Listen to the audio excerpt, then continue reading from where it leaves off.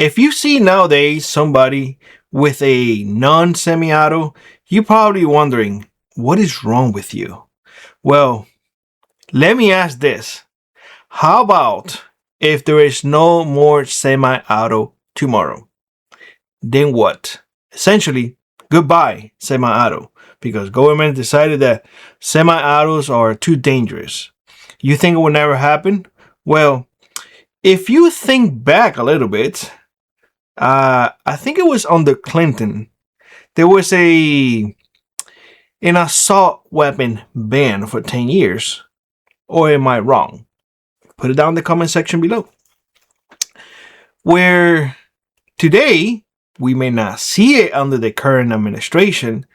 You don't know what's going to happen years come or different administrations. Although I remain convinced that this may be our last president. That's just me, but that's something for another video. Now, to the topic at hand. No more semi-autos. Then what? Well, we can all agree that for years, either the volt action, the pump action, or the lever action, or lever, however you want to call it, I call it lever action, has been used for years. And quite honestly, they are reliable. The operation is very simple. You can literally work on them if you just learn a little bit. And, well, maintenance, well, not just maintenance, they're just simple. And saying all of that because we have to understand that we don't know what's going to happen tomorrow. We don't know if semi-auto will be here forever.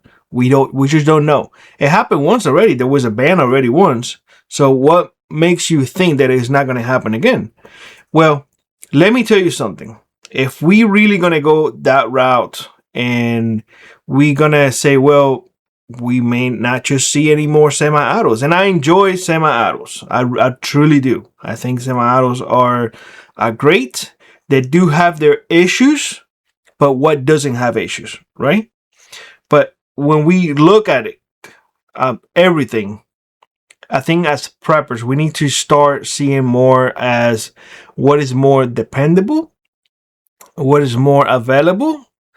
Price becomes an issue when it comes to especially this type of lever actions, for example.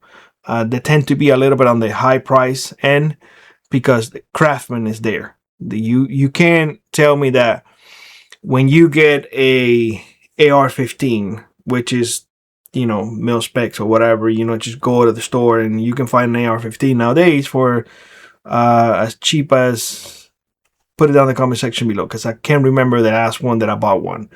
I think the last AR that I bought was an AR-10, and that's just a different story. So tell me, what is the cheapest AR that you have seen out there? Put it down in the comment section below.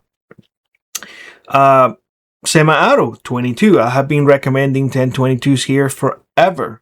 1022s, semi-autos.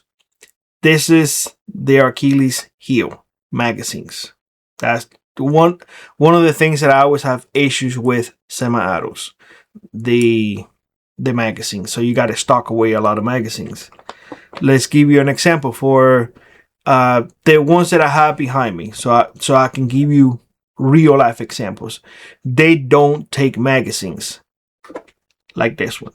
Let's be honest. They do have magazines, but they are a tubular magazine.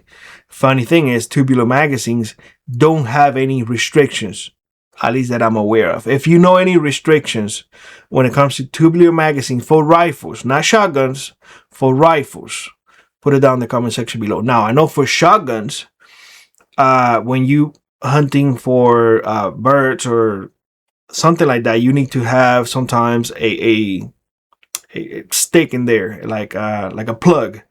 So you will only have two shells and then one. So that's something different. That's just for hunting purposes.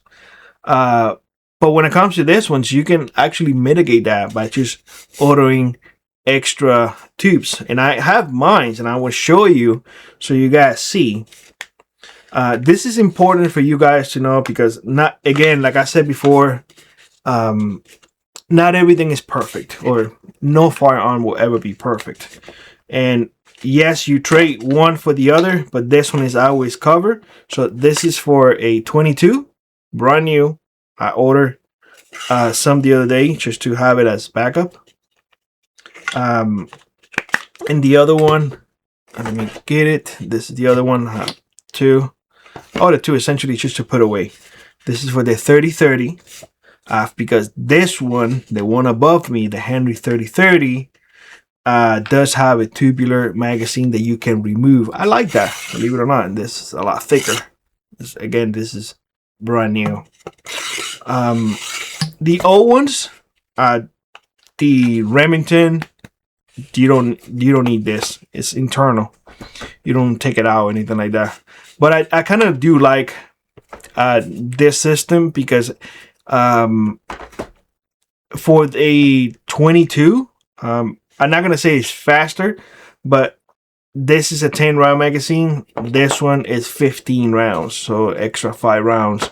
Just different, that's all. But yeah, just have it, order it, and this one, it says even here, Dad Henry 22, and the other one too.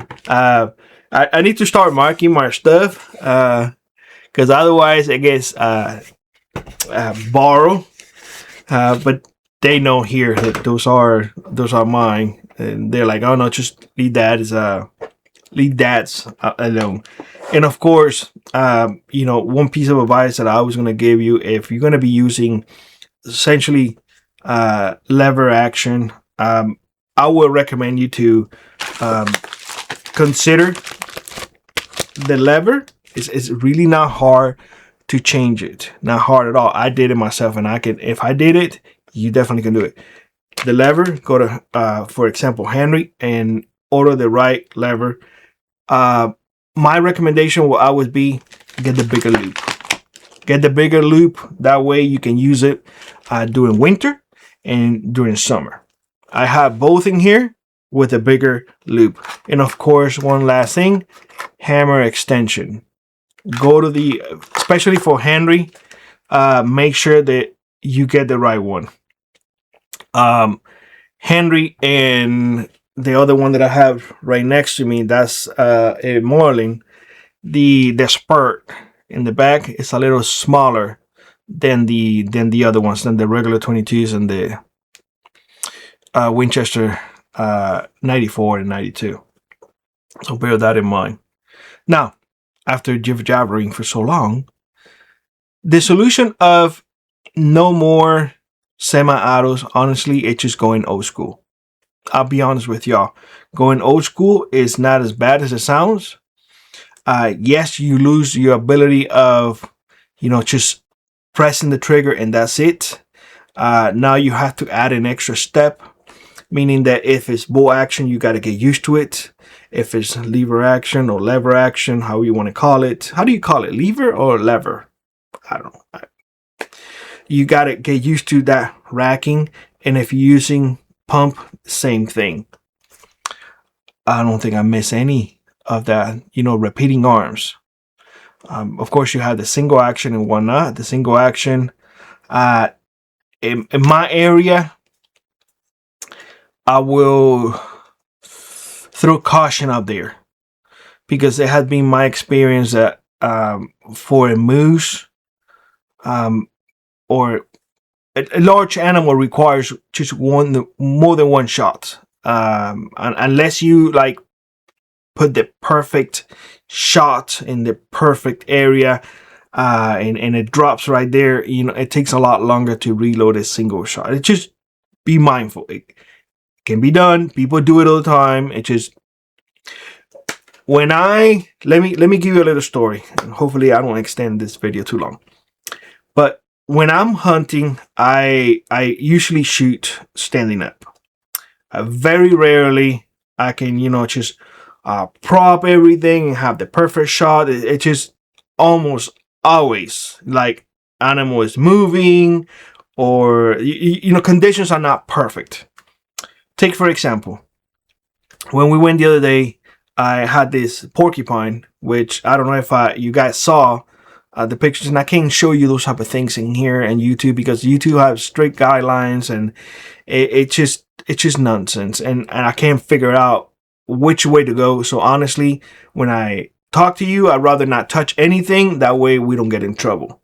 Okay, so that porcupine that we got, and there's no limit, no bag or anything in here for porcupines.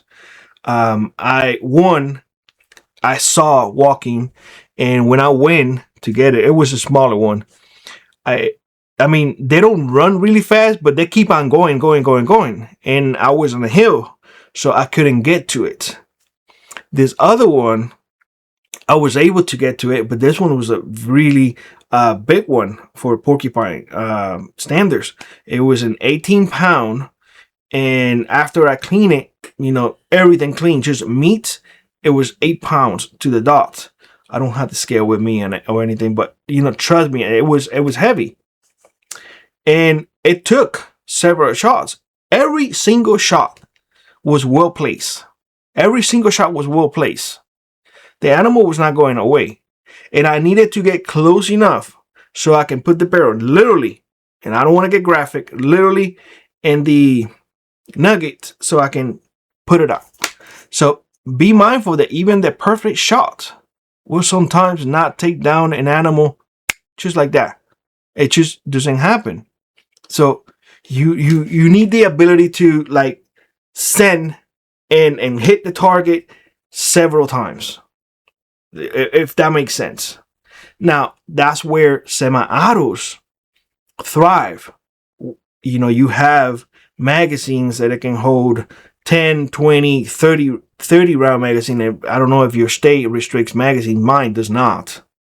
I know in Florida, if I were to hunt with an AR or any semi-auto or any magazine fed except a 22 will be restricted to 5 rounds. So at that point, yes, I can send the 5 rounds and have an extra one ready. But at that point, it makes more sense to have here. I can have 6 in the mag internal and 1 in the pipe. So that's 7. Bam, bam, bam, bam, bam. You see what I'm saying? So things to consider. I don't know, just food for thought, because we have to be aware of limitations of everything. Now, again, I give you a couple of things to consider. Lever actions, I focus on them the most because I have them right behind me. I would like to hear your thoughts on the matter. I know people use scout rifles. I think they are great as well. I just didn't cover it here because the examples that I have are just lever in the back. But just let me know what you think. If semi-autos go out today, not able to use them, not able to have them, what your choice will be. Let me know down in the comment section below, because we all need to be aware that if it happened once, it can happen again. Because before that one time that it happened, people used to say it would never happen here. And guess what? It did once. So the chances of happening again, well, are higher now than before. With that being said, again, let me know what you think in the comment section below, and I hope to see you in the next one.